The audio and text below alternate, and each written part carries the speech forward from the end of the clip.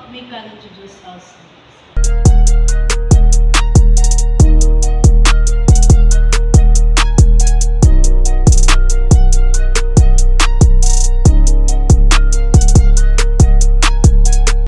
Today, we're talking about media, technology, and information literacy. In a world full of social media, online news, and digital tools, these skills help us think smart, stay safe, and avoid fake news. So, let's break it down. First up, media literacy. Have you ever seen a shocking news post and immediately believe it? Well, not.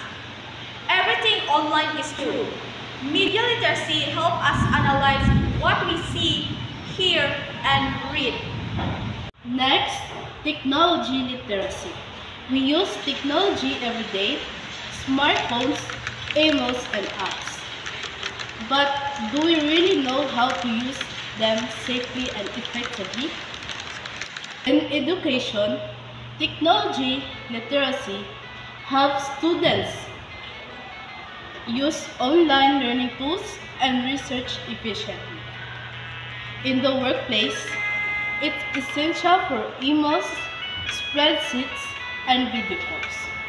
So, the better we understand technology, the more productive we become.